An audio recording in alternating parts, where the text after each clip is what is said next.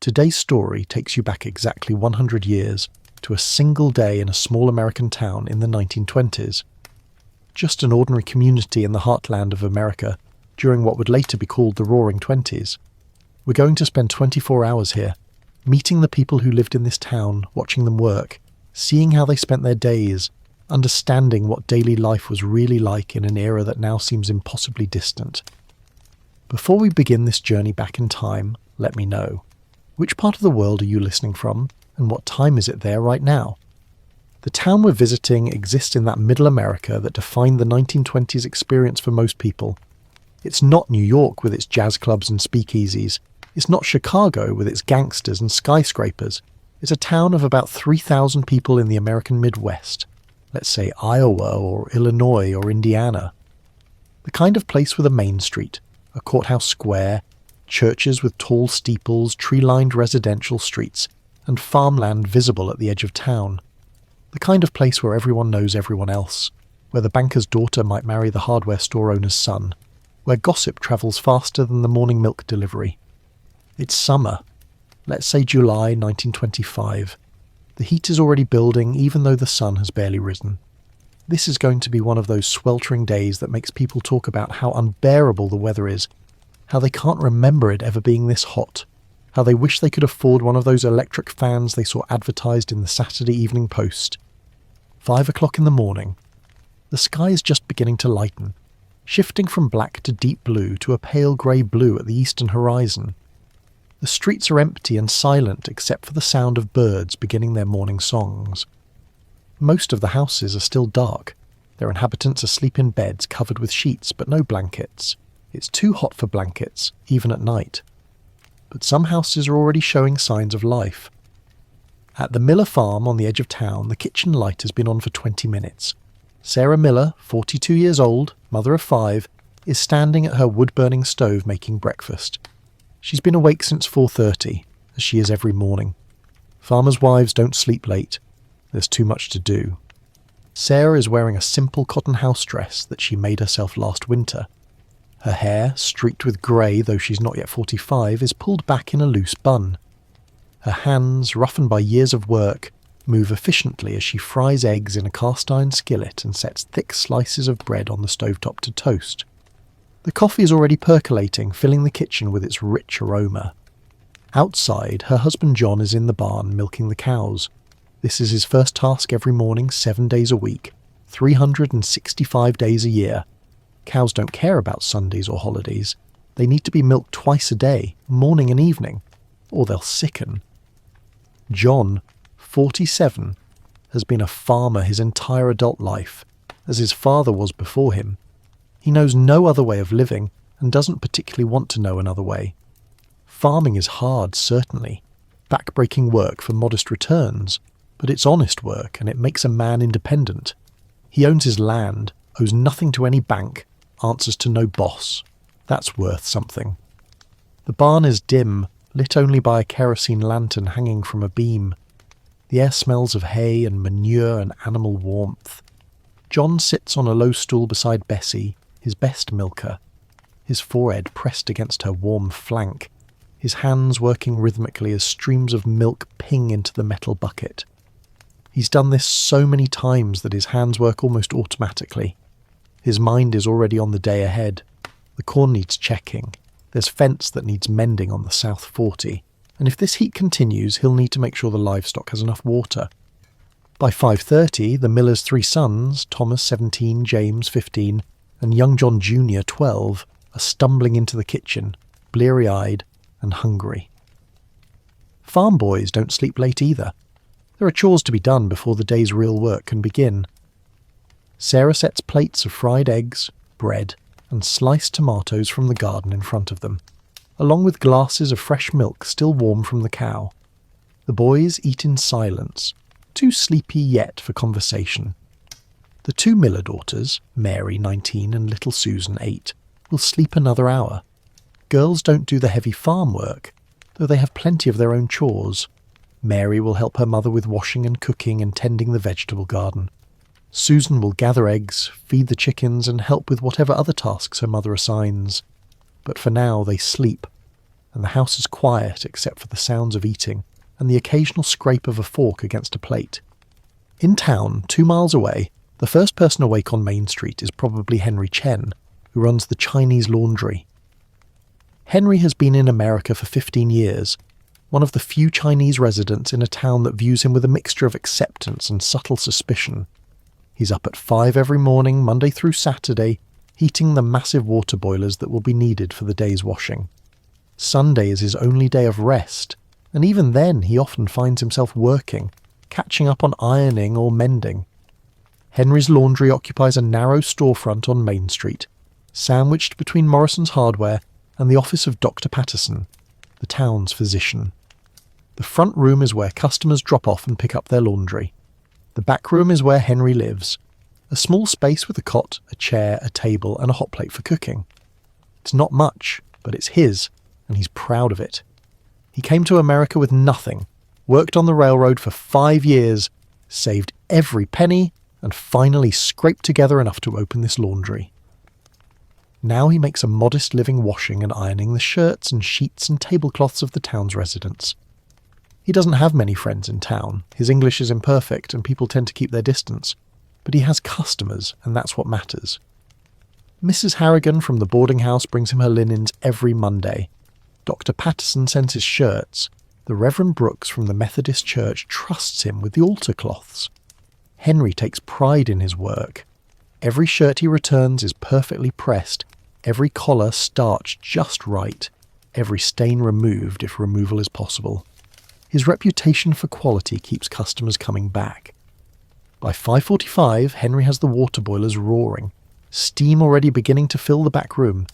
He's sorting through yesterday's arrivals, separating whites from colours, delicate items from sturdy work clothes.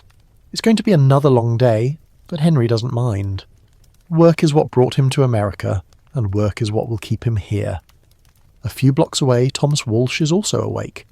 Thomas is the town's mailman, and he's been walking the same route for 12 years. He knows every house, every resident, every dog that might chase him or wag its tail in greeting. He's 41 years old, married with 2 children, and he takes his job seriously. Mail is important. It's how people stay connected to relatives in distant cities, how they order goods from Sears Roebuck, how they receive news from the wider world. Thomas is at the post office by 6 o'clock sorting the morning's delivery. The post office occupies a corner of Morrison's Hardware, an arrangement that benefits both businesses. Thomas Morrison, who owns the hardware store, serves as the town's postmaster, a position that carries some prestige. But it's Thomas Walsh who does the actual work of sorting and delivering, 6 days a week, rain or shine, heat or cold. This morning's mail is typical. A few letters from family members in other states, several catalogue orders, a stack of bills, some advertising circulars, and the daily newspapers. The town subscribes to both the Chicago Tribune and the Des Moines Register, which arrive by train each morning and are distributed to subscribers throughout the day. Thomas sorts everything into his leather mailbag, organised by the order of his route, and by 6:30 he's heading out the door, beginning his daily rounds. By 7 o'clock the town is waking up in earnest. Doors are opening, people are stepping out onto porches to collect the milk bottles left by the milkman, children are being roused from sleep to prepare for the day ahead. The sun is fully up now, and it's already warm. By noon it will be sweltering. On Main Street, shopkeepers are arriving to open their stores. James Morrison unlocks the hardware store at 7:15, sweeping the sidewalk in front of the entrance as he does every morning. The hardware store is one of the town's essential businesses, selling everything from nails and hammers to kitchen utensils and kerosene. Morrison is a prosperous man by the town's standards, owning not just the store, but also a substantial house on Elm Street and a new Chevrolet automobile that's the envy of his neighbours. Next door, Albert Peterson is opening his general store, the largest shop on Main Street. Peterson sells groceries, dry goods, shoes, work clothes, candy, tobacco and sundries. It's the kind of store where you can buy flour and sugar in bulk, order a new pair of work boots, and pick up a bottle of patent medicine all in the same visit. Albert Peterson, 61 years old and slightly deaf, has run this store for 35 years. He knows the credit history of every family in town, knows who can be trusted to pay their bill, and who needs to be watched carefully. Across the street, Martha Henderson is unlocking her dress shop, one of the few businesses in town owned and operated by a woman. Martha is a widow, her husband having died in the influenza epidemic of 1918. Left with 2 young children to support and no income, she used her savings to open this shop, and to everyone's surprise, she's made a success of it. She stocks ready-made dresses, skirts and blouses, as well as fabric, patterns, and sewing notions for women who prefer to make their own clothes. She also does alterations and custom work, her sewing skills honed by years of making clothes for her own family. Martha is 36 years old, attractive in a quiet way, and the subject of some gossip. Several men in town have expressed interest in courting her, but she's shown no interest in remarrying. She's too busy running her business and raising her children. Besides, she enjoys her independence. As a married woman, she would be expected to defer to her husband in all matters. As a widow and businesswoman, she answers to no one but herself. By 7:30, the town's 2 restaurants are open for breakfast. The Palace Diner, located near the train station, caters primarily to working men. Railroad workers, labourers, farmers coming into town early. It's a simple establishment with a long counter, a few tables, and a menu of hearty, inexpensive food. Eggs, bacon, pancakes, oatmeal, coffee. The proprietor, a taciturn man named Dutch Schmidt, does most of the cooking himself, assisted by his wife who waits tables and manages the cash register. The other restaurant, Hennessy's Tea Room, is a more refined establishment, catering to the town's middle class. It's run by 2 unmarried sisters, Catherine and Elizabeth Hennessy, both in their 50s, who serve breakfast, lunch and afternoon tea. Their menu is more varied than the Palace Diners, and their prices are higher, but the food is better and the atmosphere more genteel. Ladies who want to have lunch in town go to Hennessy's. Businessmen who want a nice meal without going home go to Hennessy's. The Palace Diner is for people who need to eat. Hennessy's is for people who want to dine. The bank opens at 8 o'clock.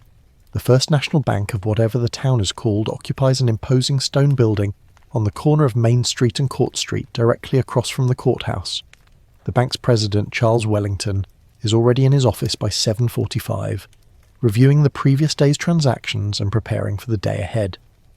Wellington is 53, a graduate of the University of Chicago, and easily the wealthiest man in town. The bank holds mortgages on half the farms in the county, loans to most of the town's businesses, and savings accounts for anyone with money to save. Wellington is a complicated figure in the town's social structure. He's respected for his education and his financial acumen, but also slightly distrusted for the same reasons.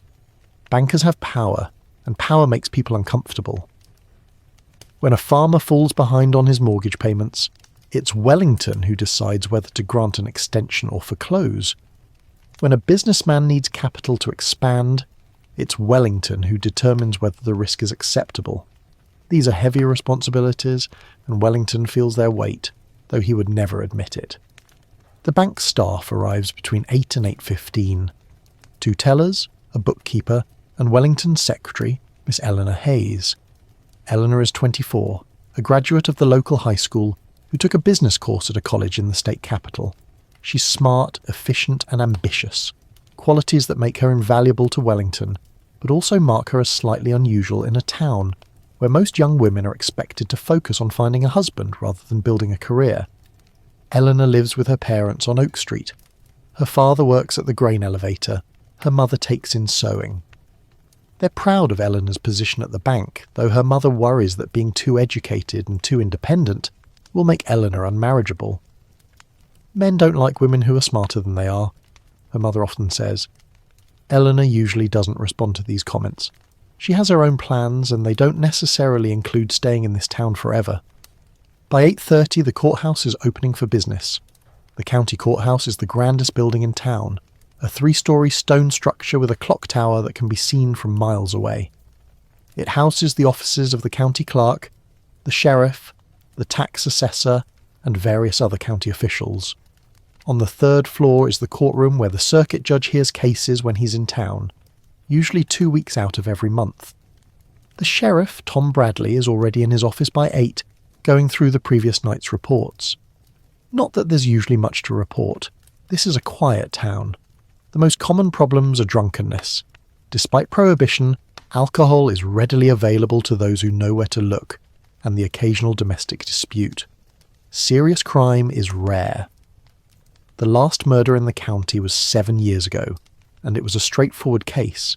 A man caught his wife with another man and shot them both. He is now serving life in the state penitentiary. Bradley is 45, a former farmer who became a lawman after losing his farm to debt during the agricultural depression that followed the World War. He's a good sheriff, fair, not prone to violence, but firm when firmness is needed. He has 2 deputies, both part-time, who help with patrols and prisoner transport when necessary. The jail, located in the basement of the courthouse, rarely holds more than 1 or 2 prisoners, usually men sleeping off a drunk. The town school won't open until September. It's summer vacation now, but the building is not empty. Several teachers are there this morning, preparing their classrooms for the fall semester. The school is a substantial 2-story brick building on the edge of town, built 15 years ago with a bond issue that many taxpayers considered extravagant. It houses 8 classrooms, serving grades 1 through 12. Some towns have separate elementary and high schools, but this town isn't large enough to justify the expense. Margaret Reynolds, who teaches 4th grade, is arranging desks and sorting through textbooks. She's 31, unmarried, and has been teaching for 9 years. Teaching is one of the few respectable professions open to unmarried women, though the pay is modest and the work demanding. Margaret lives in a boarding house on Maple Street, paying $4 a week for her room and meals. She's required by her contract to maintain good moral character, attend church regularly, and refrain from keeping company with men in any way that might create scandal. If she were to marry, she would be expected to resign her position. Married women are not supposed to work outside the home, and certainly not in a role that puts them in authority over children. Margaret doesn't particularly want to marry, a fact that puzzles her mother and scandalizes some of the townspeople. She enjoys teaching, enjoys her independence, enjoys having her own money to spend as she pleases. True, the restrictions on her behaviour are sometimes irksome. She has to be careful about being seen in the company of men, has to dress modestly, has to maintain a public image of perfect propriety. But these are small prices to pay for the freedom to support herself and pursue work she finds meaningful. By 9 o'clock, the town is fully awake and busy.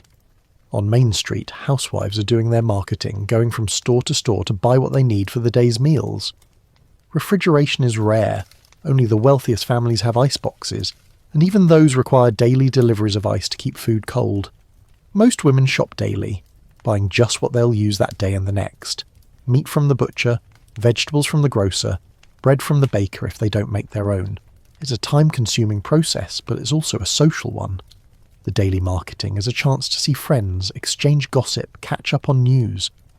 At the butcher shop, Carl Möller is cutting meat for the day's customers. Carl is a big man, barrel-chested and strong, with hands like hams. He's been a butcher for 23 years, learning the trade from his father who learned it from his father. The shop smells of raw meat and sawdust. The floor is covered with sawdust to absorb blood and make cleaning easier. Sides of beef and pork hang from hooks in the back room. Chickens hang in the front window. Carl knows his customers' preferences. Mrs. Johnson always wants the fattiest cuts, claiming they have more flavour. Mrs. Peterson insists on lean meat, worried about her husband's digestion. Mrs. Kowalski buys only the cheapest cuts, stretching her limited budget as far as it will go. Next door at the bakery, Otto Schneider is pulling loaves of bread from the brick oven, his face red from the heat. He's been baking since 4 a.m. Bakers keep the earliest hours of any tradesman. The smell of fresh bread fills the shop and drifts out onto the street, making people's mouths water as they pass. Otto bakes bread, rolls, cookies, and cakes, all made from recipes his mother taught him. His wife, Greta, manages the front of the shop, serving customers and handling money. They're German immigrants, having come to America 25 years ago, and they still speak German at home. Their children, all born in America, speak English without an accent, something that makes Otto proud and a little sad at the same time. At the grain elevator at the edge of town, farmers are arriving with wagons loaded with wheat or corn. waiting their turn to have their grain weighed, graded and purchased. The grain elevator is a tall wooden structure, visible from miles away, that dominates the town's skyline along with the courthouse clock tower and the church steeples. It's owned by a company based in Chicago, but it's managed locally by Fred Carlson, who's been doing this job for 18 years. Fred is at his desk in the elevator office, negotiating prices with the farmers. The price of grain fluctuates based on market conditions in Chicago, and Fred has to balance the farmers' desire for good prices with the company's need to make a profit. It's a delicate position. The farmers consider him one of them. He grew up on a farm, his father was a farmer, but he also represents the distant company, the Chicago businessmen who ultimately control agricultural prices. Some farmers trust him, others are convinced he's cheating them, though they can't quite explain how. The morning train arrives at 9:30, chugging into the station with a shriek of its whistle and a cloud of steam. The arrival of the train is one of the day's major events. It brings mail, newspapers, packages, and occasionally passengers. The station master, Henry Wilkins, oversees the unloading of freight and the boarding of passengers. There are usually only 1 or 2 passengers getting off, and perhaps 3 or 4 getting on. People travelling to the state capital for business or to Chicago for shopping, or to visit relatives in other towns. Today's passengers getting off are a travelling salesman named Martin Fuller, who sells farm equipment and makes a circuit of small towns throughout the state, and a young woman named Dorothy Lane, returning home after a year working as a secretary in the state capital. Dorothy's parents are waiting on the platform to greet her, her mother crying with joy, her father gripping her hand and saying how much he's missed her. The travelling salesman shoulders his sample case and walks toward the hotel. He'll spend the day calling on farmers, trying to sell them ploughs and harrows and seed drills. Tomorrow he'll catch the train to the next town and repeat the process. It's a lonely life, sleeping in cheap hotels, eating in diners, always on the move, but it pays reasonably well and he's good at it. He knows how to talk to farmers, knows when to push for a sale and when to back off, knows how to make a customer feel like he's getting a bargain even while paying full price. At the public library, housed in a small building donated by Andrew Carnegie 15 years ago, Miss Florence Atwood is opening the doors at 10 o'clock. Florence is 68, a spinster who's been the town librarian for 40 years. She runs the library with strict efficiency, maintaining absolute silence, tolerating no misbehaviour, and keeping careful records of every book borrowed and returned. The library's collection is modest, perhaps 2,000 volumes, but Florence knows every book and can recommend titles to readers based on their interest and reading level. The library serves several functions in the town's life.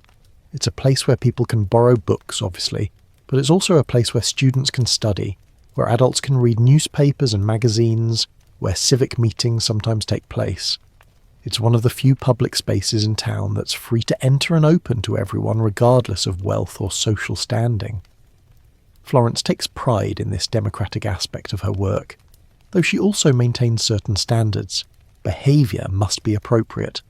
Books must be returned on time and in good condition. The library's rules must be respected.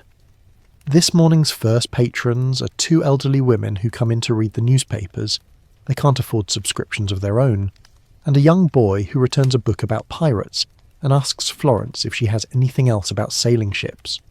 Florence finds him a book about clipper ships and watches with satisfaction as his face lights up. This is why she became a librarian. These moments when someone discovers a book that transports them to another world. Back at the Miller farm, Sarah and her daughters are in the midst of the morning's work. Monday is wash day, as it is in households throughout town. Washing clothes is an all-day task, starting with heating water on the stove, then scrubbing clothes on a washboard, rinsing them in cold water, wringing them out by hand, and hanging them on clotheslines to dry. By the time a large family's laundry is done, it's late afternoon, and Sarah's hands are raw from the lye soap, and her back aches from bending over the wash tub. Mary, the 19-year-old daughter, works alongside her mother. She's engaged to be married in October to Robert Evans, the son of the family that owns the next farm over. The engagement has been understood for years. Rob and Mary have been sweethearts since they were 15, and the wedding will be a major social event in the community. Sarah is already planning what food to serve, what dress to make for Mary, which relatives to invite. A farm wedding is a significant undertaking requiring months of preparation. Young Susan, only 8, helps where she can, carrying wet clothes to the clothesline and hanging up the smaller items. She's at that age where she wants to help but often just gets in the way. Still, Sarah encourages her participation. A girl needs to learn how to manage a household, and the only way to learn is by doing. The men are in the fields. John and his 3 sons are checking on the corn, which is growing well but needs to be watched for signs of insects or disease. Farming in the 1920s is becoming more mechanized. John has a tractor, purchased 2 years ago, that makes ploughing much easier than it was in the days of horse-drawn ploughs, but much of the work still requires human labour. Walking the fields, examining plants, pulling weeds, making repairs to fences and equipment. It's hot, sweaty work under the July sun. At midday, around noon, work pauses for dinner. In farming communities, dinner is the midday meal, the substantial meal when men come in from the fields to eat and rest before returning to work. The evening meal is supper, usually lighter than dinner. Sarah and Mary have been cooking while doing the washing, and they've prepared a typical farm dinner. Fried chicken, mashed potatoes, gravy, green beans from the garden, fresh bread, and pie for dessert. The family gathers around the kitchen table, everyone hungry from the morning's work. In town, the pattern is similar. The noon meal is the day's main meal for most families. Children who live close enough come home from school for dinner. Men who work in town go home for dinner. The stores on Main Street close from 12 to 1 so proprietors can go home to eat. The town essentially shuts down for an hour at midday, a quiet pause in the day's activity. At the Wellington House on Elm Street, one of the grandest houses in town, a 2-story Victorian with a turret and a wraparound porch, Charles Wellington is sitting down to dinner with his wife and 2 teenage daughters.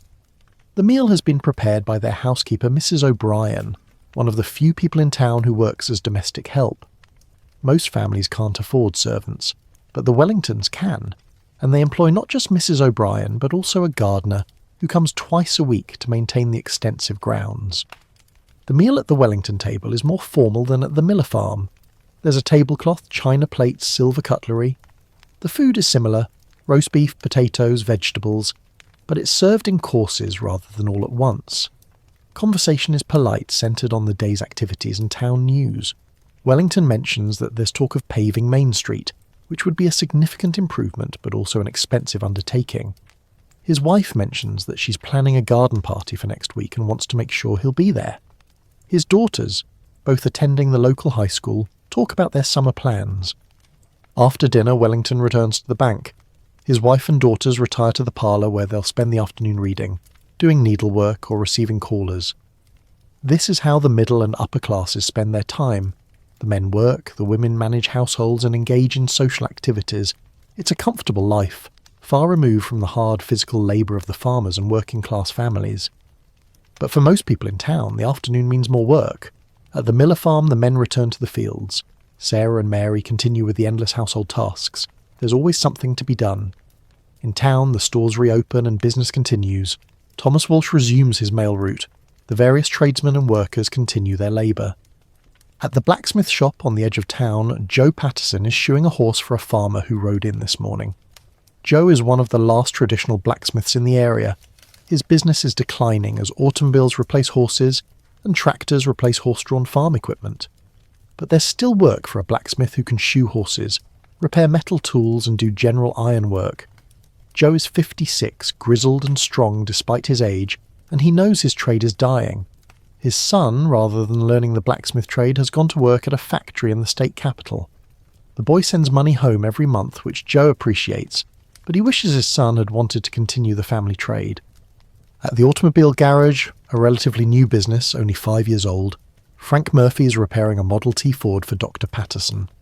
The car's engine is running rough, and Frank suspects a problem with the carburetor.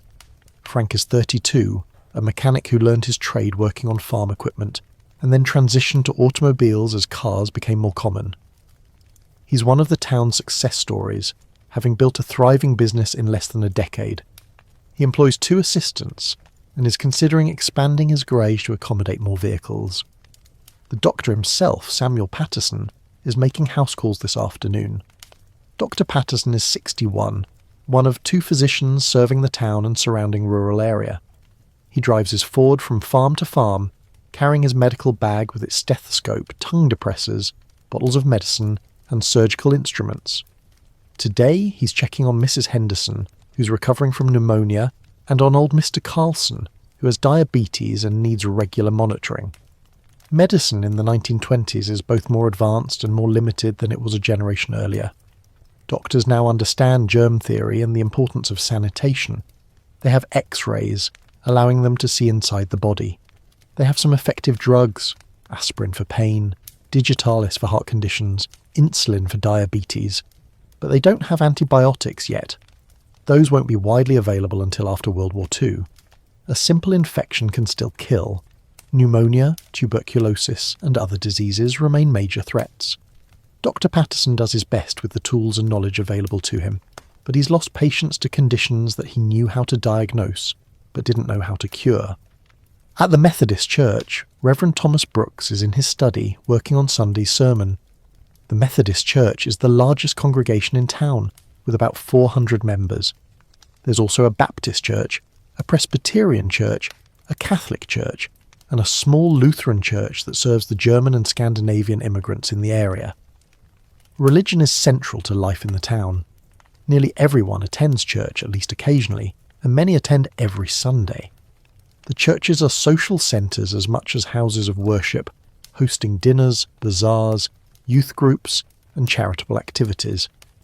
Reverend Brooks is 43, married with 4 children. He's been the pastor here for 6 years, having previously served congregations in smaller towns. He's a good preacher, not particularly intellectual but earnest and sincere.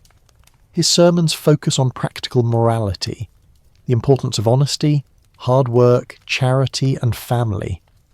He avoids controversial topics when possible, knowing that his congregation holds diverse political views and he doesn't want to alienate anyone.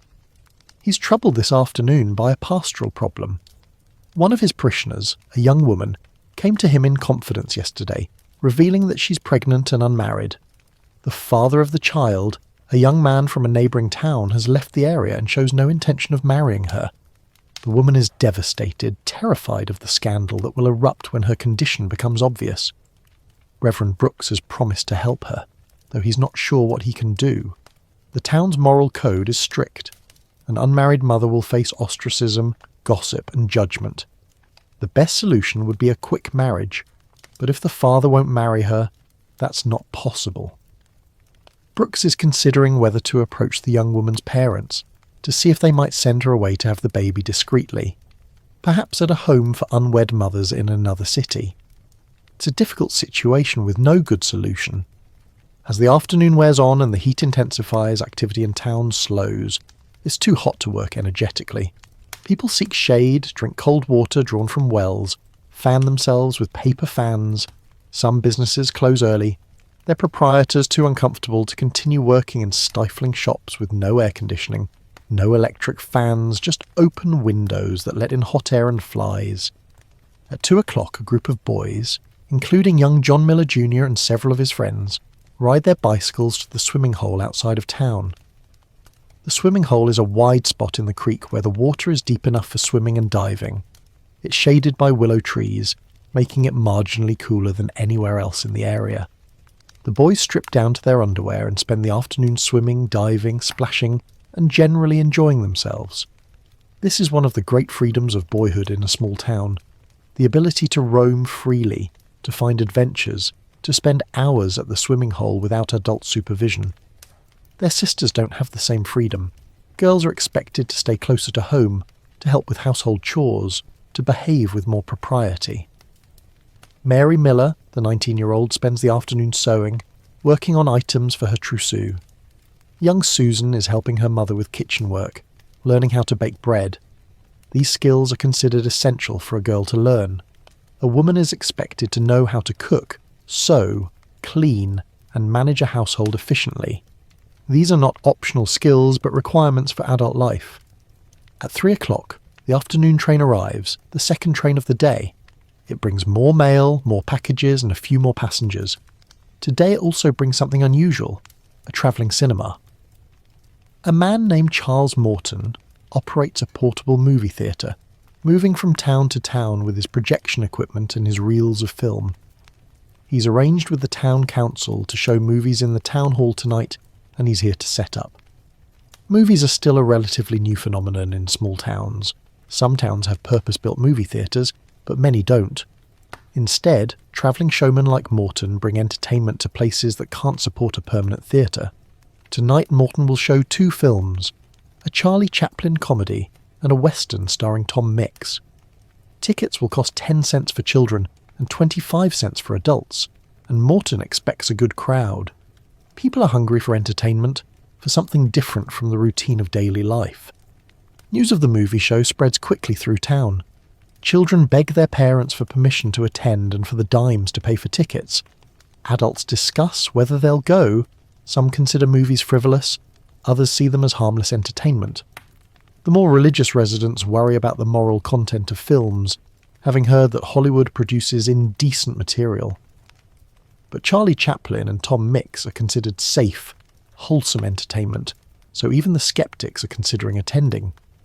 At 4 o'clock, the heat is at its peak. The temperature is probably close to 95 degrees, though few people in town own thermometers. People just know it's hot. Miserable hot, as they say. Those who can avoid outdoor activity do so. Work continues, but at a slower pace. At the hardware store, James Morrison is too hot and irritable to deal patiently with customers. A farmer has come in asking for a specific type of hinge, and Morrison is having trouble locating it in his inventory. The farmer is getting impatient, Morrison is getting frustrated, and the transaction that should take 5 minutes is stretching into 15. Finally, Morrison finds the hinges, the farmer pays, and everyone involved is relieved when the interaction ends. Next door at the dress shop, Martha Henderson has given up on getting any work done. She's sitting behind her counter, fanning herself, waiting for customers who probably won't come in this heat. She's thinking about closing early, but decides to stay open until 5 as usual. A businesswoman can't afford to turn away potential customers, even on a day when no one is likely to come in. At the high school, the teachers who've been working all day are finally admitting defeat and going home. Margaret Reynolds, the 4th grade teacher, has accomplished less than she hoped. The classroom was too hot for sustained work.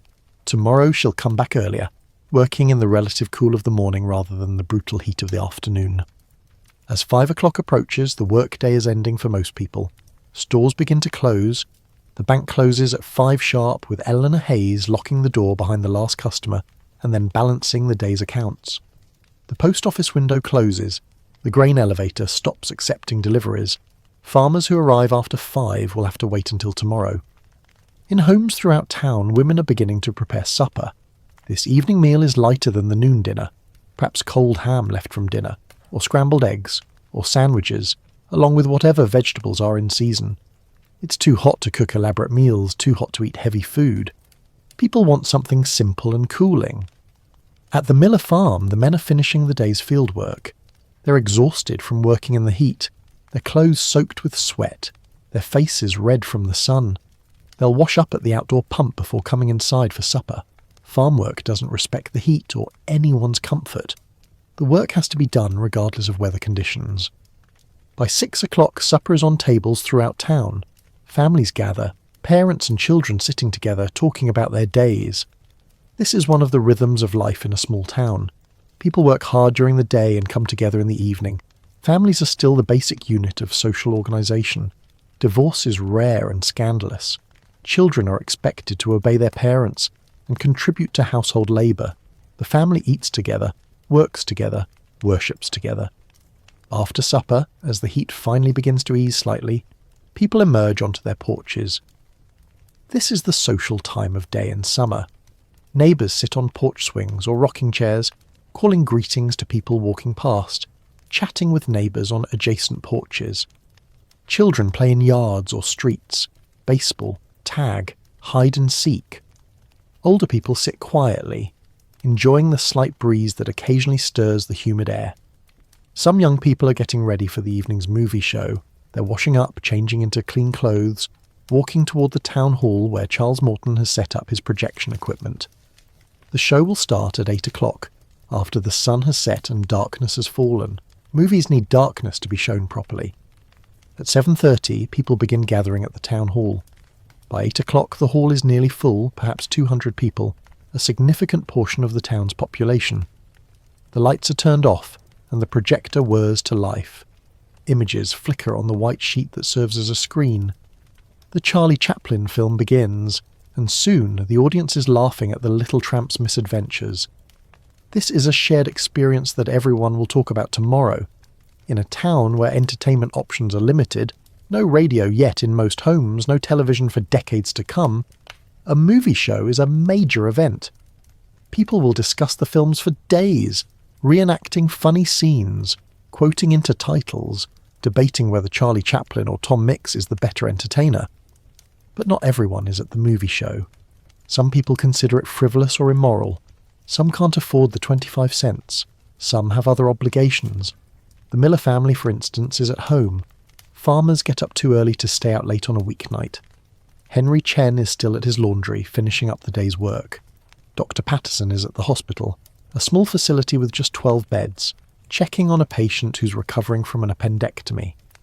At the boarding house on Maple Street where Margaret Reynolds lives, several residents are sitting in the parlour, reading or talking quietly. The boarding house is run by Mrs. Harrigan, a widow who takes in lodgers to support herself. Most of her residents are single people, teachers, clerks, the telegraph operator who works at the train station. They're not quite transient, but not quite permanent either. They live in furnished rooms, eat meals prepared by Mrs. Harrigan, and share common spaces. It's a respectable way for unmarried people to live, more proper than living alone in an apartment would be. Margaret is reading a novel by Willa Cather, one of her favourite authors. She's tired from her day at the school, but she's also content. This is her life, teaching, reading, living independently. It's not the life her parents envisioned for her. They had hoped she would marry and have children. But it's the life she's chosen, and she's at peace with it. As 9 o'clock approaches, darkness is complete. The movie show is ending. People are filing out of the town hall, talking animatedly about what they've seen. Children are being rounded up and sent to bed. The town is winding down for the night. But the day isn't over yet. There are still hours to go before midnight, still stories unfolding in the lives of the town's residents. The day that began before dawn with Sarah Miller at her stove and Henry Chen heating his laundry boilers continues into the evening and on toward night. The streets are dark now except for the pools of yellow light cast by the occasional street lamp. The town has electric streetlights, installed 5 years ago amid much debate about the expense, but there aren't many of them, just one at each intersection on Main Street and a few scattered through the residential areas. Between these small islands of illumination, the darkness is complete. There are no neon signs, no illuminated shop windows, no car headlights constantly passing. The darkness is deeper and more absolute than anything most modern people have experienced. The movie show has ended, and people are walking home through these dark streets, some carrying lanterns, others simply knowing the way so well that they don't need light. Families with children hold hands, making sure no one strays. Young couples walk together, the unmarried ones maintaining a respectable distance apart. Being seen walking too close together would provoke gossip. The married couples walk arm in arm, comfortable with each other after years together. Robert Evans is walking Mary Miller home from the movie show. They're engaged, so their courtship is accepted and approved, but Robert is still careful to maintain propriety. He walks her to her door. They say goodnight on the porch where they can be seen by anyone who might pass, and then he departs. A longer, more private goodbye would be inappropriate. The rules of courtship in small-town America are strict and clear, and everyone knows them. Mary goes inside to find her family getting ready for bed. Farm families retire early. They have to be up before dawn. Her father is already asleep, exhausted from the day's labour. Her mother is banking the stove for the night, making sure the fire is properly damped so it will burn safely until morning. Her younger siblings are washing up at the kitchen sink, faces and hands only. A full bath is a Saturday night ritual, not a daily one. Water has to be heated on the stove, carried to the bathtub and then carried out again when you're done. It's too much work to do every day. Mary herself is tired, but also keyed up from the excitement of the movie show and from spending time with Robert. She lies in bed, sharing a room with her younger sister Susan, thinking about the wedding in October. She's making mental lists of what needs to be done. Finish sewing her wedding dress, help her mother prepare food for the reception, write invitations, decide on flowers. The wedding will be at the Methodist church, followed by a reception at the Miller farm. Everyone in their social circle will be invited, probably 200 people. It will be a major event, something people will talk about for months. In town, other families are also preparing for bed. At the Wellington house on Elm Street, Charles Wellington is in his study, going over bank documents by the light of a desk lamp. His wife has already retired to bed, and his daughters are in their rooms. Wellington is a man who takes his responsibilities seriously, perhaps too seriously. He works long hours, often bringing paperwork home, always conscious that he holds the financial fates of many families in his hands. Every mortgage decision, every loan approval or denial affects real lives. It's a burden he carries with him even in sleep.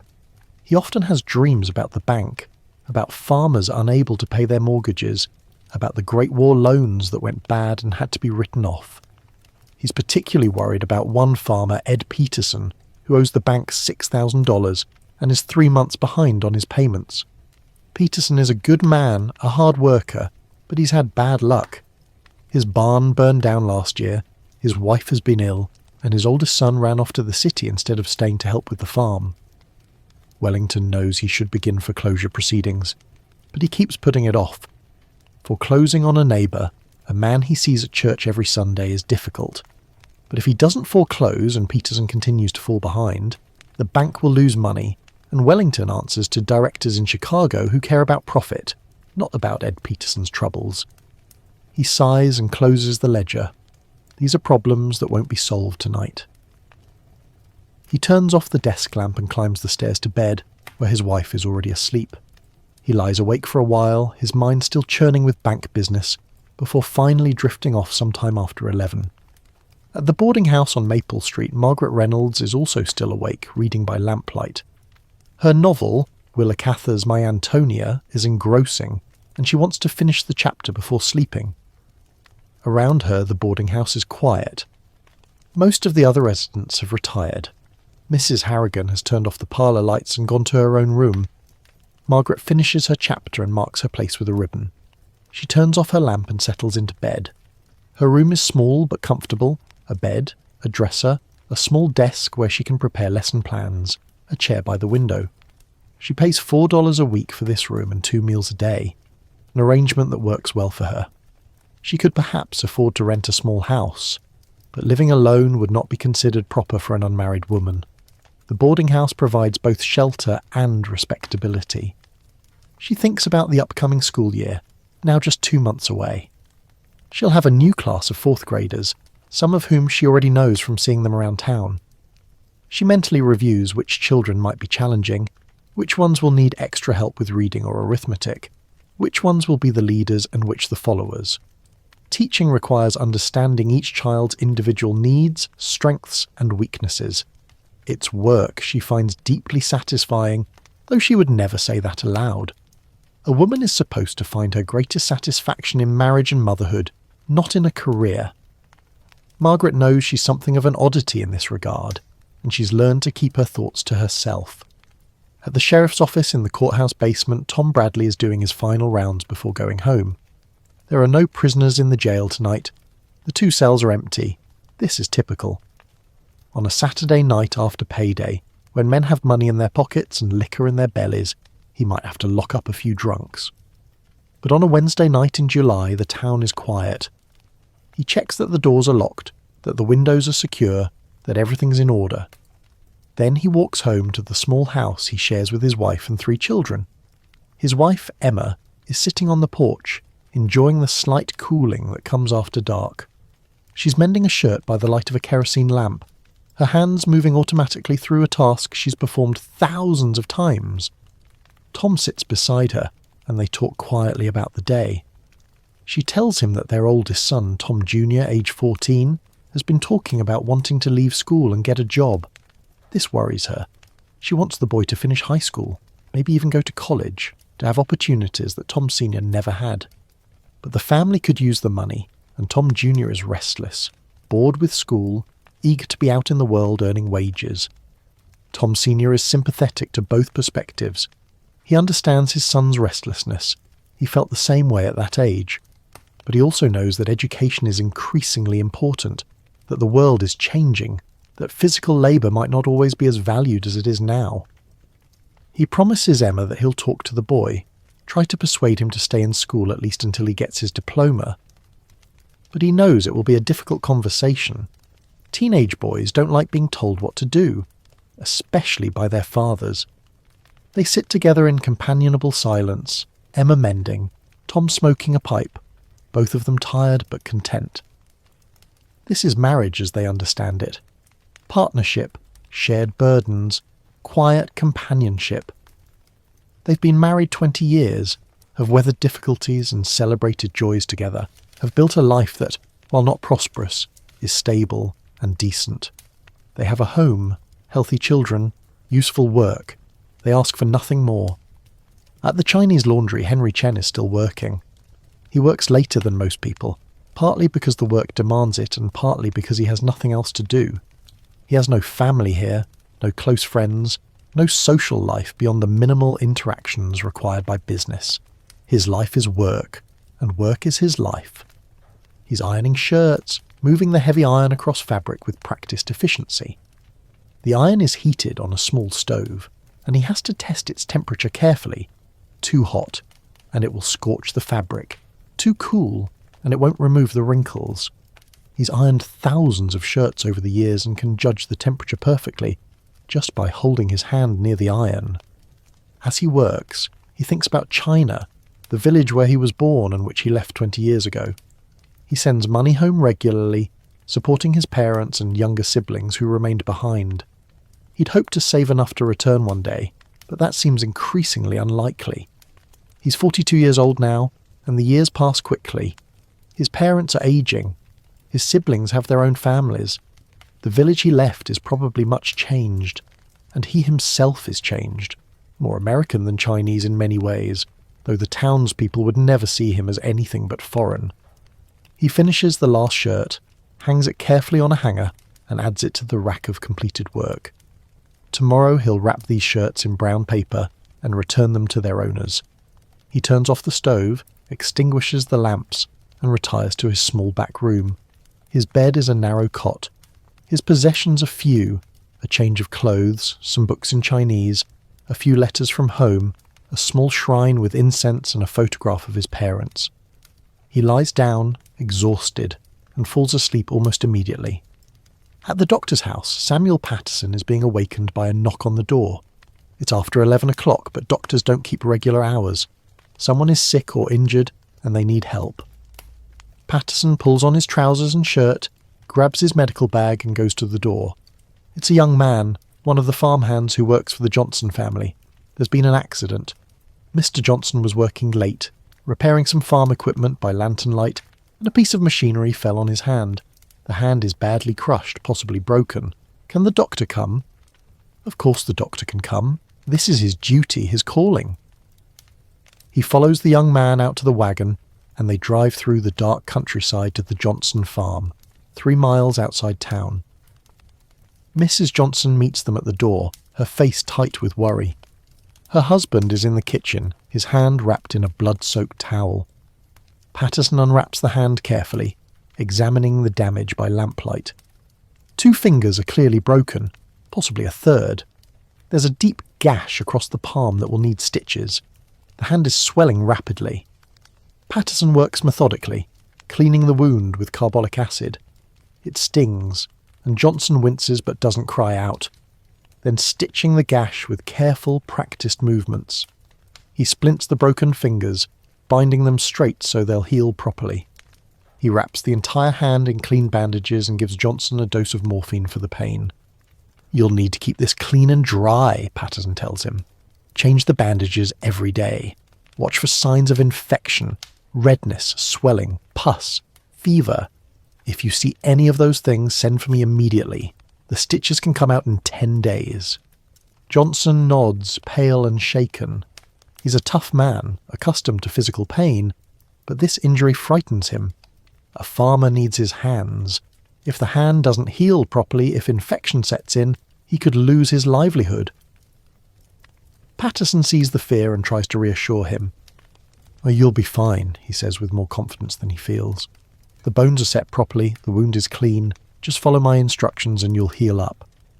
Mrs. Johnson walks Patterson to the door and asks how much she owes. Patterson names a figure, $3 for the house call, examination and treatment. She promises to bring the money to his office next week when they come to town. Patterson knows the Johnsons are struggling financially, knows that $3 is a significant sum for them, but he also knows he can't work for free. He has his own expenses, his own family to support. He accepts her promise of future payment and drives home through the dark. It's after midnight when he gets back. His wife has left a lamp burning for him. He's exhausted, but this is the life he chose. Being a doctor in a rural community means being on call at all hours, means dealing with injuries and illnesses that come at inconvenient times, means sometimes working for promises of payment rather than cash in hand. But it also means being essential, being valued, being the person people turn to in their most desperate moments. That's worth something. He goes to bed but doesn't fall asleep immediately. He's thinking about Johnson's hand, mentally reviewing his treatment, wondering if he should have done anything differently. This is typical for him. He replays difficult cases in his mind, second-guessing his decisions, worrying that he's missed something or made an error. It's the mark of a conscientious doctor, but it's also exhausting. He finally falls asleep around 1 o'clock, knowing he'll be up again at 7 to begin office hours. Meanwhile, in a different part of town, a different kind of drama is unfolding. Behind the Masonic Lodge on a side street, a group of young men have gathered for an illegal activity, drinking bootleg whiskey. Prohibition has been the law of the land for 5 years now, but it's a law that many people ignore, especially in rural areas where the tradition of making homebrew liquor goes back generations. The whiskey is harsh and strong, probably made in someone's barn from corn and God knows what else. The young men, there are 6 of them, ranging in age from 18 to 25, pass the bottle around, each taking a swig and grimacing at the burn. They're being foolish, and they know it. If Sheriff Bradley catches them, they'll be arrested. But they're young and feel invincible, and the thrill of breaking the law is part of the appeal. They talk in low voices about the usual topics: work, women, sports, the upcoming county fair. One of them mentions that he's thinking about leaving town, moving to Chicago where there are better job opportunities and more excitement. The others are envious but skeptical. Chicago is a big, dangerous city. People get lost there, get corrupted by city ways. Better to stay here where life is known and predictable. But the young man who wants to leave, his name is Charlie Miller, no relation to the farming Millers, is serious. He's worked at the grain elevator for 3 years and he's bored out of his mind. He wants more than this small town can offer. He wants to see skyscrapers, go to nightclubs, meet different kinds of people. He's been saving money and he thinks he has enough to get started in the city. His friends try to talk him out of it, but he's made up his mind. They finish the bottle and disperse, each heading home by a different route so they won't be seen together and arouse suspicion. They're not really criminals, just young men testing the boundaries, trying to figure out who they are and what they want from life. Charlie Miller walks home feeling the pleasant buzz of the whiskey and the excitement of his decision. He'll give notice at the grain elevator next week. In a month, he'll be in Chicago. His parents will be disappointed. They'd hoped he'd settle down here, marry a local girl, become a respectable citizen of the community. But Charlie wants more. Whether he'll find it in Chicago remains to be seen. At the newspaper office, a small storefront on Main Street that houses the weekly newspaper, the County Herald, the editor, William Bradford, is working late putting together this week's edition. The Herald comes out every Thursday, and Bradford writes most of the content himself. Local news items, social announcements, editorials, even the advertisements. He's 62, has been running this paper for 35 years, and he's seen the town grow and change in that time. This week's edition will include reports on the town council meeting, news of who visited whom over the weekend, announcements of upcoming church events, a report on crop conditions from the county agricultural agent, and Bradford's weekly editorial. This week he's writing about the proposed paving of Main Street. He supports the idea paved streets would make the town more modern, more attractive to new businesses, but he understands the objections. Paving is expensive, and property taxes would have to be raised to pay for it. Many townspeople, especially farmers whose property taxes are already a burden, oppose any increase. Bradford tries to be balanced in his editorial, acknowledging both sides of the argument while gently nudging readers toward his own view. This is a delicate task. A small-town newspaper editor can't afford to alienate too many readers. There aren't enough of them to spare. He has to maintain credibility with people of different political views, different economic interests, different religious convictions. It's like walking a tightrope, but Bradford has gotten good at it over the decades. He finishes the editorial around 1:30 in the morning and begins laying out the pages. The actual printing will be done tomorrow by his assistant, a young man who operates the printing press. Bradford will proofread the galley sheets, make final corrections, and then they'll print 500 copies to be distributed throughout the town and surrounding countryside. 500 subscribers, not enough to make anyone wealthy, but enough to support a modest living and to give Bradford a voice in community affairs. He locks up the office and walks home through the silent streets. The town is asleep now, or mostly asleep. A few lights still burn here and there. Insomniacs, night workers, mothers tending sick children. But most houses are dark. The street lamps cast their small pools of light onto empty sidewalks. A dog barks somewhere in the distance. Otherwise, silence. Bradford lives alone in a small house near the edge of town. His wife died 8 years ago, and his children have moved away.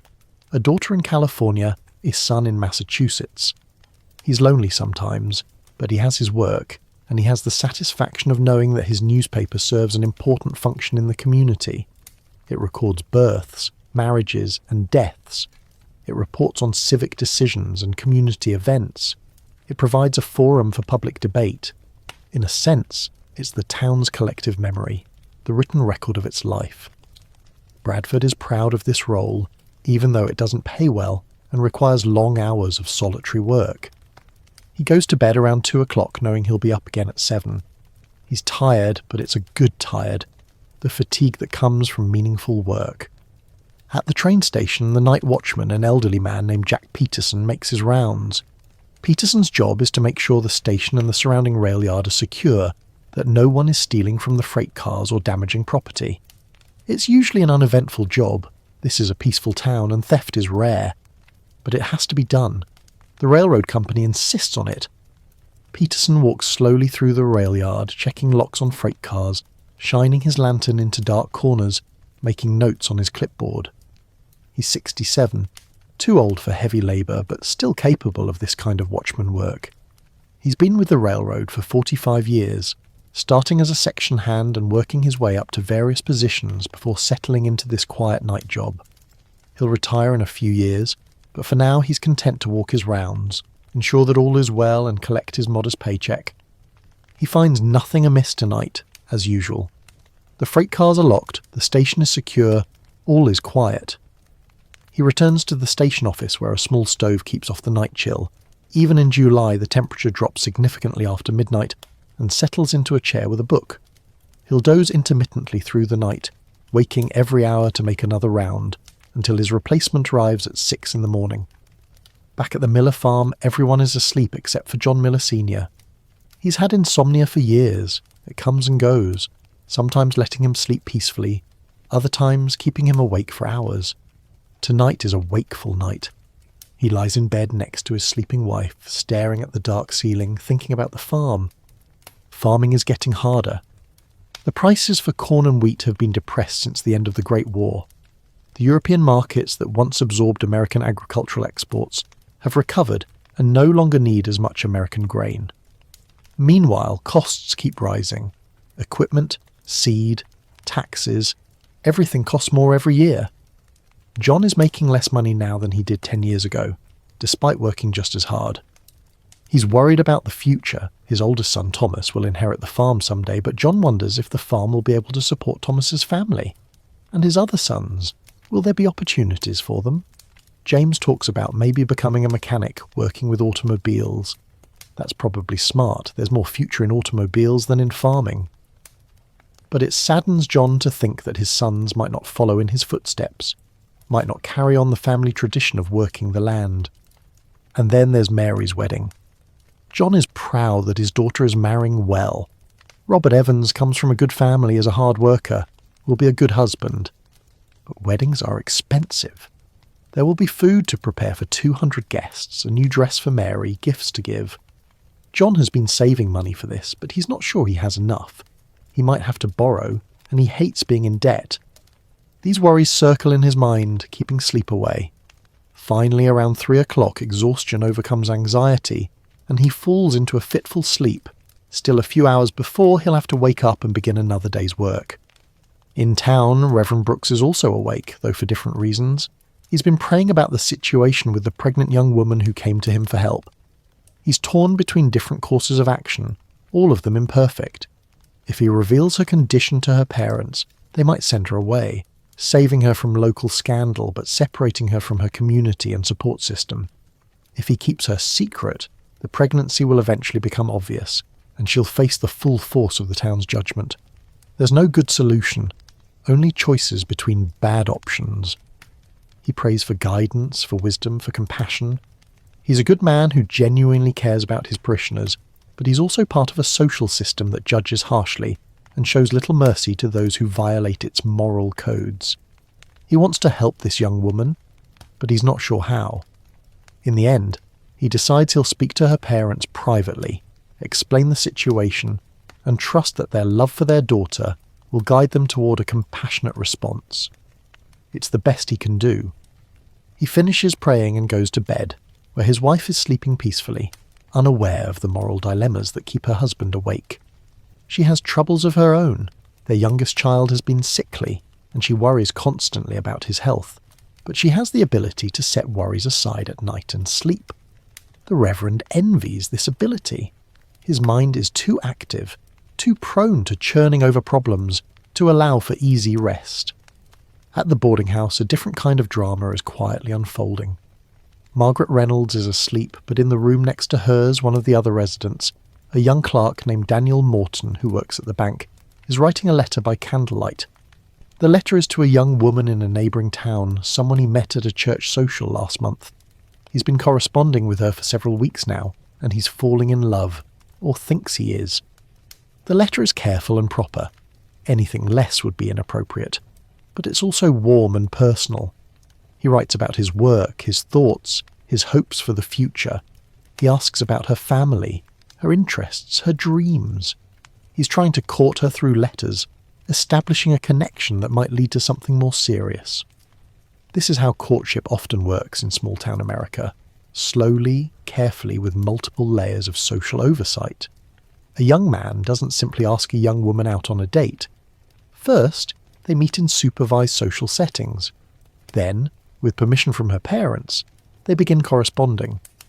If the correspondence goes well, he might call on her at her home, sitting in the parlour under her parents' watchful eyes. After months of this careful progression, if both families approve, they might become formally engaged. Only then would they have any real privacy, any opportunity for meaningful conversation without chaperones. Daniel finds this process frustrating. He wants to know this young woman better, wants to talk with her freely without always being watched, but he also understands that this is how things are done. Respectable courtship follows established patterns. To deviate from those patterns would cast doubt on his character and intentions. He finishes the letter, seals it in an envelope, addresses it, and sets it aside to be mailed tomorrow. Then he blows out the candle and goes to bed, thinking about the young woman, imagining a future together, hoping that his feelings are reciprocated. The night deepens. By 4 o'clock the town is at its darkest and quietest.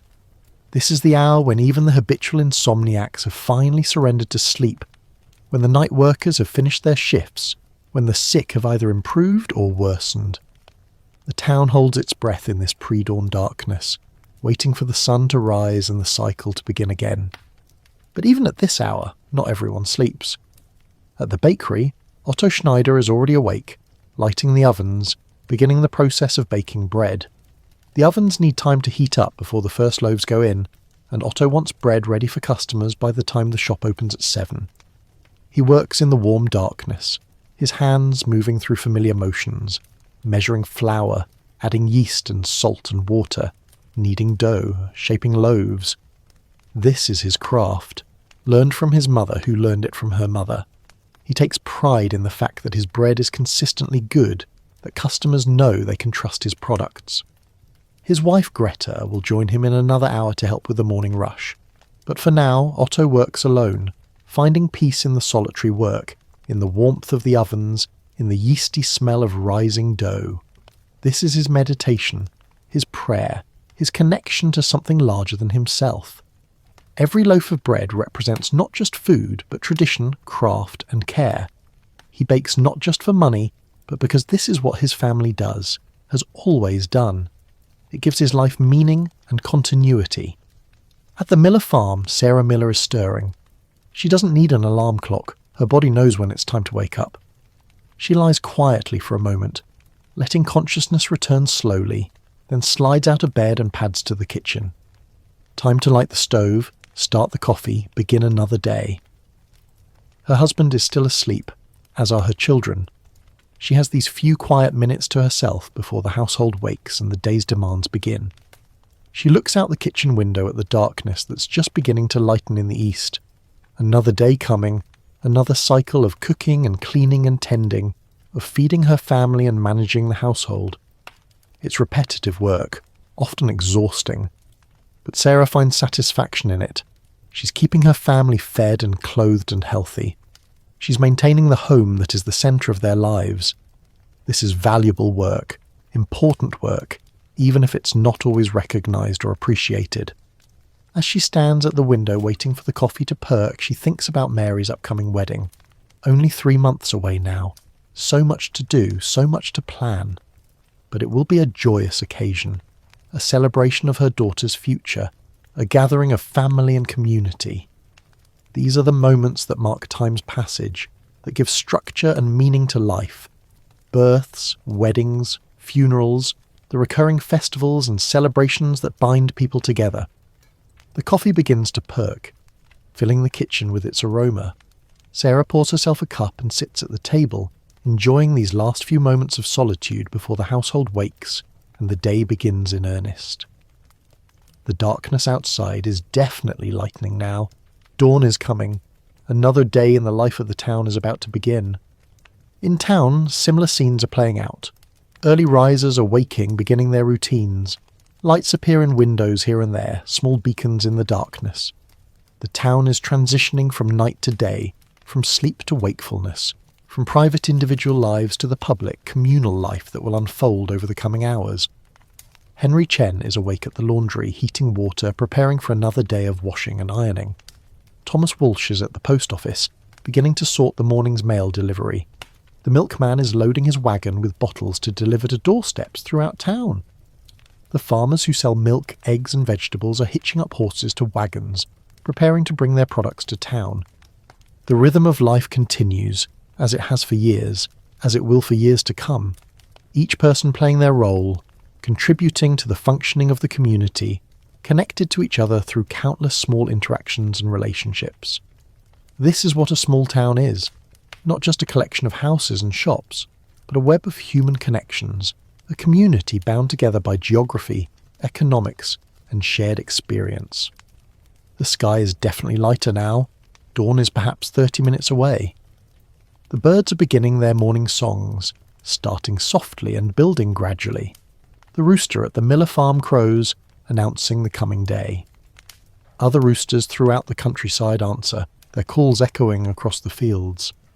This is the transitional time, neither night nor day, but something in between. A liminal moment when anything seems possible, when the day ahead is still unmarked by events, still full of potential. In an hour, the day will be fully underway, and the town will be busy with work and commerce and all the activities of daily life. But for now, there's this quiet moment of anticipation, of preparation, of the world holding its breath before plunging into another day. And what a day it will be, ordinary and extraordinary, filled with small dramas and quiet moments, with work and rest, with joy and sorrow, with all the complexity of human life playing out in the streets and homes and fields of this small American town in the summer of 1925. The sun breaks the horizon at 5:30, a ball of orange fire rising over the flat farmland east of town. The sky transforms from dark blue to pink to pale gold, and the world shifts from darkness to light. This is the moment when the day truly begins, when night definitively becomes day, when the town moves from rest to activity. At the Miller farm, John Miller is already in the barn beginning the morning milking. This is where we started our journey 24 hours ago, and here we are again, the cycle complete. John's hands move rhythmically, squeezing milk from Bessie's udders into the metal bucket with that familiar pinging sound. He's tired, he didn't sleep well, but the work must be done regardless of how he feels. The cows don't care about his insomnia or his financial worries. They need to be milked, and so he milks them. In the house, Sarah is making breakfast just as she was yesterday morning and the morning before that and will be tomorrow morning. The sameness of it all might seem tedious to an outsider, but Sarah finds comfort in routine. The world outside might be changing. There's talk of new inventions, new ways of doing things, new ideas about how people should live. But here on the farm, life continues in patterns established generations ago. There's security in that, a sense of continuity with the past and confidence about the future. The boys stumble into the kitchen, sleepy as always. They eat their breakfast in silence, then head out to help their father with the morning chores. Mary and Susan will wake soon and begin their own work. The cycle continues, as it always has, as it always will. In town, Main Street is coming to life. Shopkeepers are arriving to open their stores. The bank will open at 8, the post office at 7, the restaurants are already serving breakfast to early customers. Thomas Walsh is beginning his mail route, the same route he walks every day, delivering letters and packages to people who are both his customers and his neighbours. But let us pause here, at this moment when the cycle completes and begins again, and reflect on what we've seen over these 24 hours. What is this town really? What does it tell us about America in the 1920s, about the lives people lived, about the values they held? First, and most obviously, it's a community built on work. Nearly everyone we've encountered works hard, often at physically demanding jobs. John Miller and his sons labour from dawn to dusk in the fields. Sarah Miller and her daughters work equally long hours managing the household. The shopkeepers put in 10 or 12-hour days. Even the wealthiest person in town, Charles Wellington the banker, works long hours and carries heavy responsibilities. Work is not just how people earn their living. It's a moral value, something that defines a person's character and worth. The Protestant work ethic that Max Weber wrote about is alive and well in this town. Idleness is suspect. People who don't work hard are looked down upon. Success is measured largely in terms of economic productivity and material accumulation. But at the same time, there are limits to acceptable ambition. Someone like Charlie Miller, who wants to leave town to seek opportunities in Chicago, is viewed with skepticism. Ambition that takes you away from home and community is problematic. The approved path is to work hard within the existing social structure, to accumulate modest prosperity while maintaining strong ties to family and community. Second, this is a community bound together by multiple overlapping networks of relationship and obligation. People aren't just individuals pursuing their own interests. They're embedded in families, churches, civic organisations, economic relationships, and informal social networks. The banker knows the farmers personally and struggles with the decision to foreclose because he'll have to see that farmer at church. The doctor treats patients who can't always pay because he knows them and their families. The shopkeepers extend credit to customers because everyone knows everyone else, knows who can be trusted and who can't. This interconnectedness creates both support and constraint. When someone faces hardship, an accident, an illness, a death in the family, the community rallies to help. But this same interconnectedness means there's little privacy, little room for individuality or deviation from social norms. Everyone is watching everyone else, and gossip travels fast. The pregnant unmarried woman who sought Reverend Brooks's help faces potential social ostracism not because she's violated an abstract moral principle, but because she's violated the community's expectations, and the community will enforce its values through judgment and exclusion. Third, this is a hierarchical society with clear social divisions. At the top are people like Charles Wellington, the banker, educated, wealthy, wielding significant economic power. Then come the successful merchants and professionals, the doctors, lawyers, prosperous shopkeepers. Below them are small farmers, skilled tradesmen, clerks and teachers. At the bottom are unskilled labourers, unsuccessful farmers, and people like Henry Chen who face not just economic disadvantage, but ethnic discrimination. These divisions aren't absolute. There's some social mobility, some ability to rise through hard work and luck, but they're real and consequential. The banker's daughters have educational and social opportunities that the labourer's daughters don't. The doctor's son is expected to go to college. The farmer's son might finish high school if his family can spare his labour. Where you start in life largely determines where you'll end up. Gender divisions are equally clear and rigid. Men work outside the home, in fields or shops or offices. They control property, make major decisions, hold political power.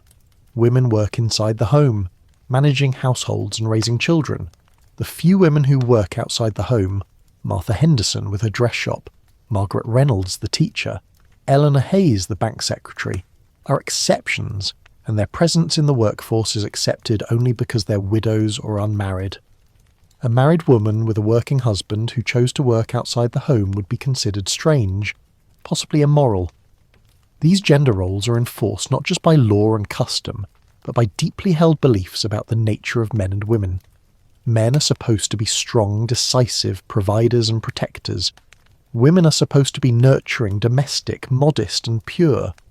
To violate these expectations is to call into question your very identity as a man or woman.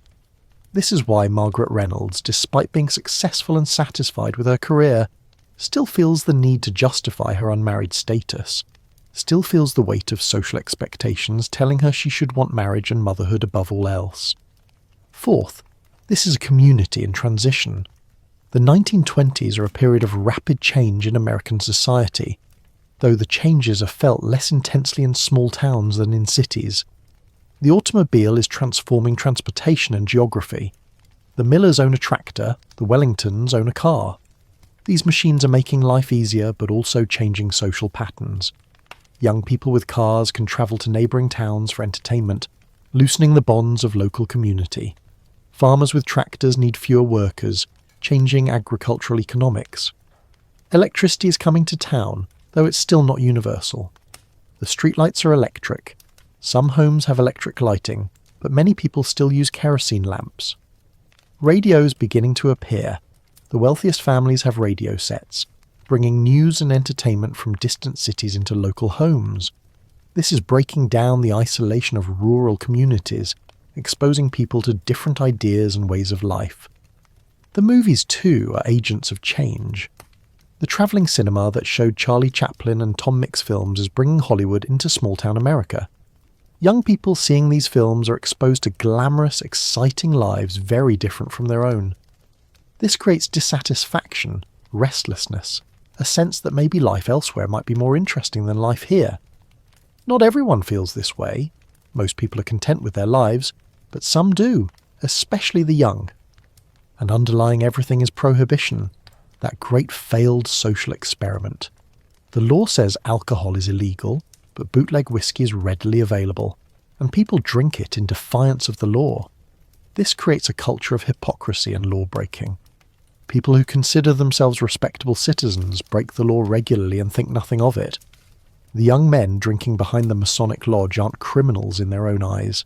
They're just having a good time. But this casual law-breaking corrodes respect for law in general. If this law can be ignored, why not others? Fifth, this is a community where religion matters. Churches aren't just places of worship. They're social centres, sources of moral authority. providers of community identity. Nearly everyone attends church at least occasionally, and many attend regularly. The churches run social programs, charitable activities, youth groups. Ministers like Reverend Brooks are important community figures, look to for guidance on moral questions. But religion here is practical rather than theological. People don't spend much time debating fine points of doctrine. What matters is living a moral life, working hard, treating others fairly, supporting your family, helping your neighbours. Religious faith is less about personal salvation than about community cohesion. Going to church is partly about worshipping God and partly about being seen as a respectable member of the community. This is not to say faith isn't genuine. For many people, religious belief provides real comfort, real meaning, real guidance in difficult times. Sarah Miller praying for her family's well-being, Reverend Brooks praying for wisdom to help the pregnant young woman, the prayer vigils held for the Apollo astronauts during crises. These are expressions of sincere faith. But this faith is woven into the fabric of community life, rather than being a separate, purely spiritual matter. Sixth, this is a community with limited access to the wider world, but not completely isolated from it. The trains bring newspapers from Chicago and Des Moines, connecting the town to regional and national news. The travelling salesmen who pass through bring stories from other places. The young people who leave for college or jobs in cities and then return for visits bring back new ideas and perspectives. But for most people, most of the time, the world beyond the town's boundaries is abstract and distant. National politics matter less than local politics. Events in Europe or Asia are interesting, but not personally relevant. What matters is what happens here. The weather affecting crops, the decisions of the town council, the health of neighbours, the success or failure of local businesses. This localism creates both strengths and limitations. The strength is a deep sense of place and community, a feeling of belonging and mutual responsibility. The limitation is a certain narrowness of perspective, a tendency to be suspicious of outsiders and different ways of life. Henry Chen, the Chinese laundryman, faces this suspicion despite having lived in town for 15 years. He's useful. People need his laundry services, but he's never fully accepted. He remains perpetually foreign, perpetually other. Seventh, this is a community where poverty and prosperity exist side by side, where some people live comfortably while others struggle to survive. The Wellingtons live in a grand house with servants. The Millers, who own their farm and work hard, live decently but with a little margin for error.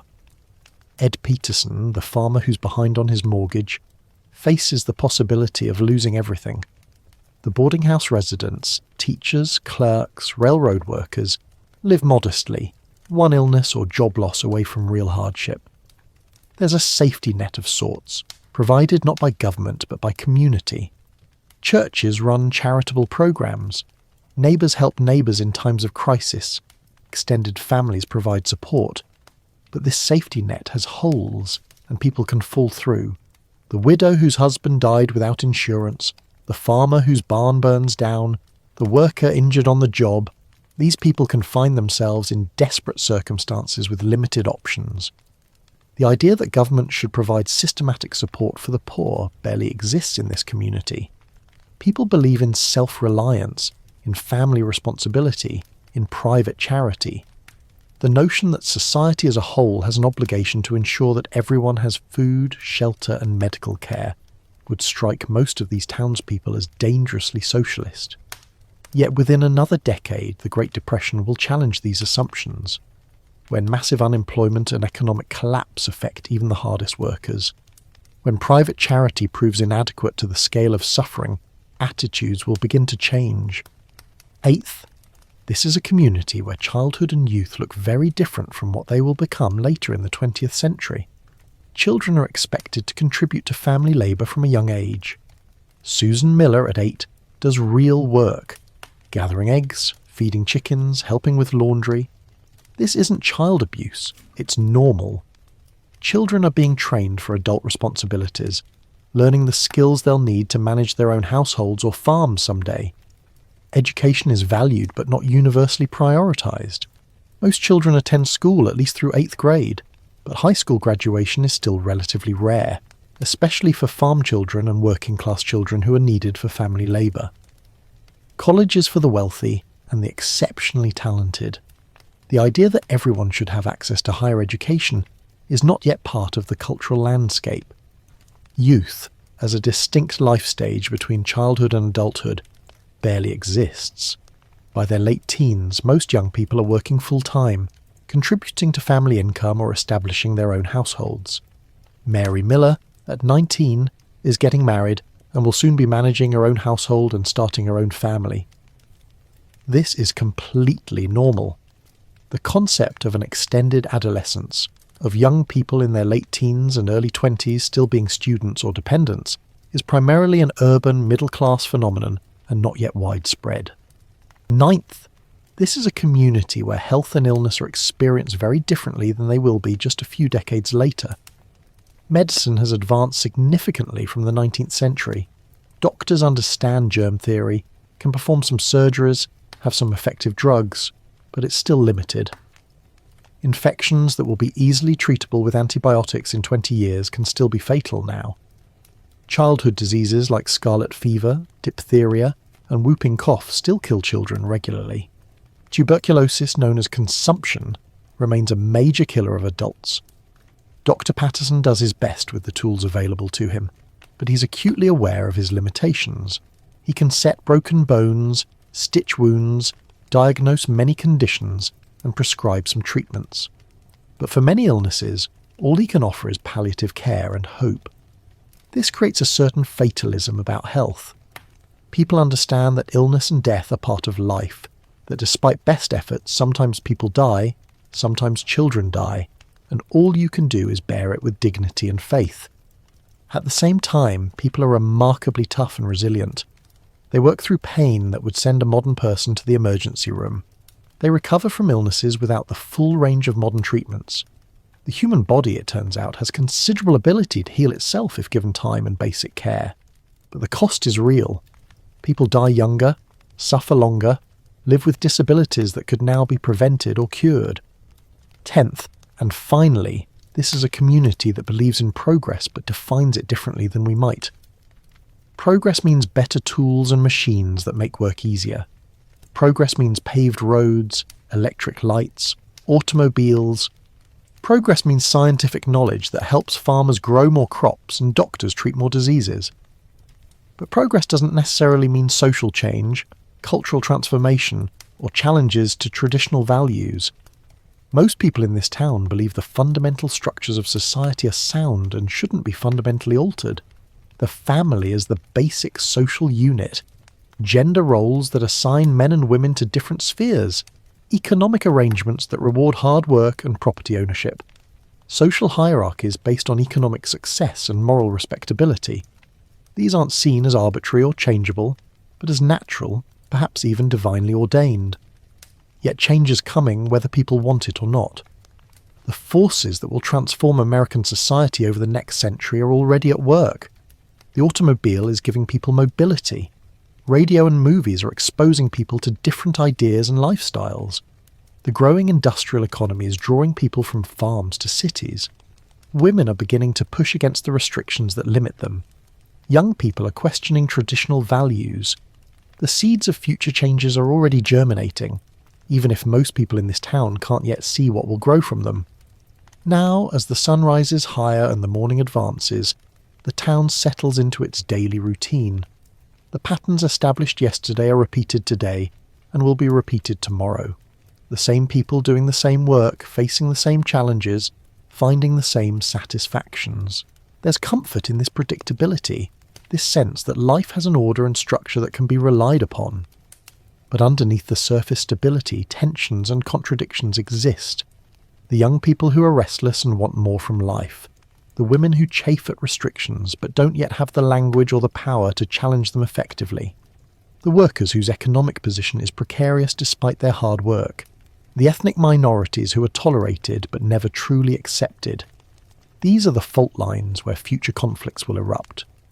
For now, though, in this particular moment on this particular day in July 1925, the town continues its life. The farmers are in their fields, the shopkeepers are at their stores, The housewives are managing their homes, the children are playing, the community functions as it has for decades, as it assumes it will for decades to come. At the grain elevator, Fred Carlson is buying wheat from farmers who have brought their morning's harvest. At the hardware store, James Morrison is selling nails to a carpenter. At the bakery, Otto Schneider is selling bread to housewives doing their morning marketing. At the school, Margaret Reynolds has returned to her classroom to continue preparing for the fall term. At the bank, Charles Wellington is reviewing loan applications. At the courthouse, Sheriff Bradley is reading reports from the night watchman. Each person is playing their role, doing their part, contributing to the functioning of the community. It's like a vast, intricate machine where every gear and lever and spring has its function, where everything connects to everything else, where the breakdown of any one part affects the whole. Consider the web of relationships and dependencies.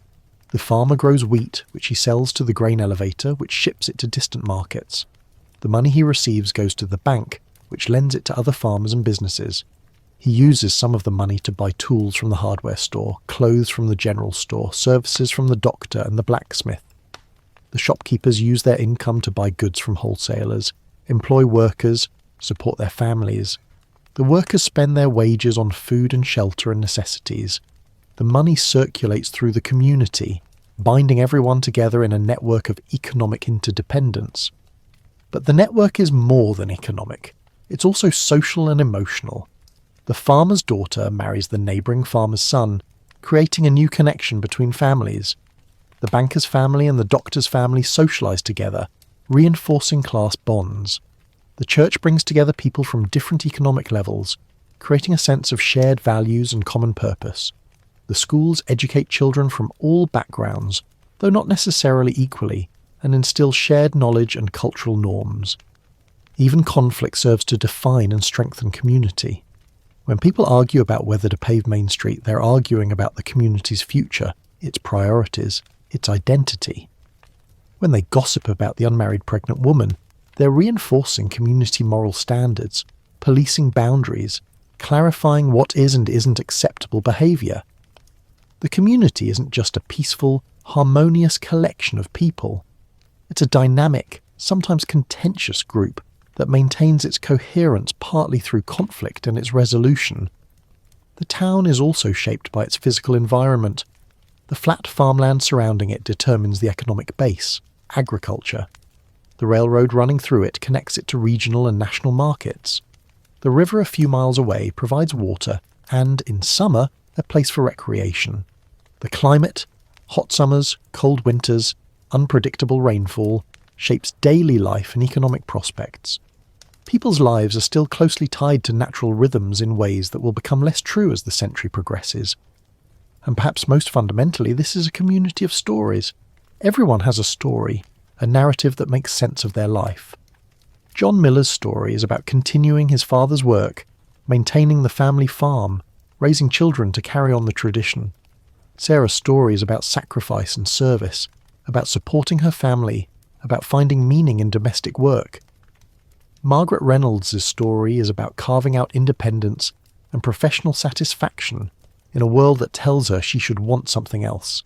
Charles Wellington's story is about responsibility and burden, about wielding power carefully and living up to expectations. These individual stories interweave to create the community's larger story, its collective narrative about who it is and where it's going. This narrative says, we are hard-working, God-fearing people who value family, respect tradition, and help our neighbours. We may not be wealthy or famous, but we are decent and honourable. We are building something lasting, something we can be proud of, something we can pass on to our children. This story may not be entirely accurate. No community's self-narrative ever is. But it matters because people believe it and act according to it. It shapes how they interpret events, how they make decisions, how they judge themselves and others. It provides a sense of meaning and purpose that helps them endure hardship and celebrate success. As noon approaches again, marking a full 24 hours since we began our observation, the cycle nears completion. The mailman has finished his route. The shops have handled the morning rush and now await the noon closing. The farmers are coming in from the fields for dinner. The housewives are preparing meals. Everything is happening just as it did yesterday, just as it will tomorrow. And yet, everything is also slightly different, because time is moving forward, because people are aging and changing, because the world beyond the town's boundaries is evolving in ways that will eventually transform even this seemingly stable community. The 24 hours we've observed are both typical and unique. Typical in that they represent ordinary daily life, unique in that they happened on this specific day and will never happen exactly this way again. In 10 years, some of the people we've met will have died, others will have moved away, some businesses will have failed, others will have prospered. The town itself will look different. Perhaps Main Street will be paved, perhaps new buildings will have been constructed, perhaps the automobile will have become even more common, changing patterns of work and socialization. In 20 years, the Great Depression will have struck, testing the community's resilience, challenging its faith in hard work and self-reliance, forcing people to rethink their assumptions about economics and society. Some will weather the storm successfully, others will be broken by it. The community's social fabric will be strained, but ultimately will hold. In 40 years, World War II will have come and gone, taking some of the town's young men to fight overseas, bringing others home changed by what they've seen and experienced. The war will accelerate social changes already underway, giving women new opportunities, exposing rural people to urban ways, integrating the town more thoroughly into national life. In 60 years, the world of 1925 will seem impossibly distant and quaint. The hard physical labour that defines so much of life now will have been largely mechanised. The gender roles that seem natural and unchangeable will have been challenged and transformed. The racial and ethnic divisions that are accepted as normal will be recognised as unjust and will have begun to erode. The isolation and self-sufficiency of the small town will have given way to integration into a national, indeed global economy and culture. But all of that is in the future. For now, in this moment, in July 1925, the town exists in its own present, unaware of what's coming, focused on the immediate tasks and concerns of daily life. The people we've observed aren't thinking about historical change or future transformations. They're thinking about today's work, this week's weather, next month's obligations, this year's crops or profits or problems. And that perhaps is the most important thing to understand about life in this small town. It's not about the grand sweep of history or the big dramatic moments that will later be recorded in history books. It's about the daily, ordinary, repetitive tasks that make up most of human existence. Getting up in the morning, going to work, preparing meals, raising children, maintaining homes, caring for the sick, burying the dead, celebrating weddings, attending church, helping neighbours, arguing about local issues, falling asleep at night and waking up the next morning to do it all again. This is how most people in most places, in most times, have lived their lives. Not in moments of crisis or triumph, but in the steady accumulation of ordinary days, each one much like the one before and the one after. The people of this town are not saints or heroes or villains. They're people trying to live decent lives according to the values they've been taught, trying to provide for their families, trying to find meaning and satisfaction in their work, trying to be good members of their community. They have their flaws and limitations, certainly. They accept social arrangements that we would consider unjust. They hold prejudices we would find offensive. They sometimes act hypocritically, professing values they don't always live up to. But they also work hard, care for their families, help their neighbours, and try to do what they think is right. They deserve to be remembered and understood, not judged by standards they would have no reason to accept. As the noon hour strikes and the cycle completes, we can step back from our close observation and see the town whole. A small community of 3,000 souls in the American Midwest in the summer of 1925. A place unremarkable in itself, but representative of hundreds, perhaps thousands, of similar communities scattered across the American landscape. Places where most Americans lived. Places that defined the American experience for most of the nation's history. These small towns are mostly gone now, or so transformed as to be unrecognizable. The economic base has shifted. The social structures have crumbled. The isolation has been breached by highways and telecommunications. the young people have mostly left, seeking opportunities in cities or suburbs. The main streets that were once vibrant commercial centres are now often empty, the shops closed, the buildings decaying. But for a moment on this day in July 1925, this particular town is alive and vital, functioning exactly as it's supposed to function, home to people living full and meaningful lives.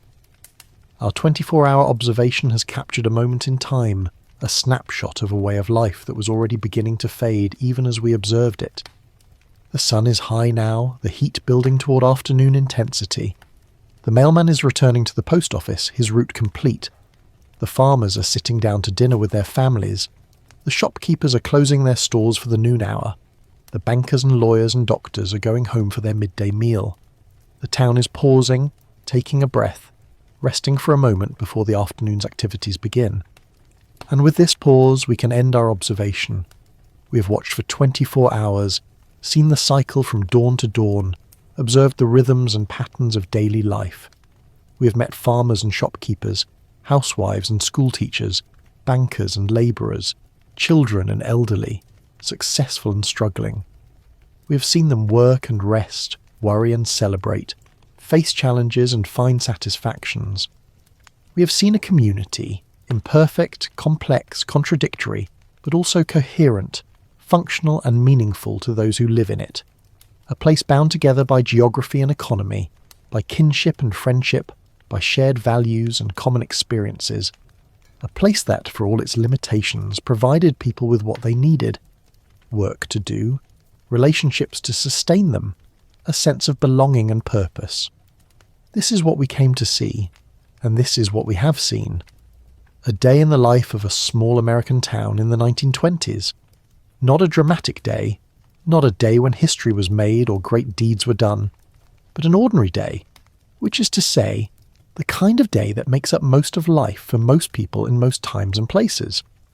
The story ends as it began, with Sarah Miller in her kitchen, with John Miller in his barn, with the sun rising on another day that will be much like the one before. The cycle continues. Life goes on. The town endures, at least for now, carrying its stories and traditions forward into an uncertain future, one day at a time.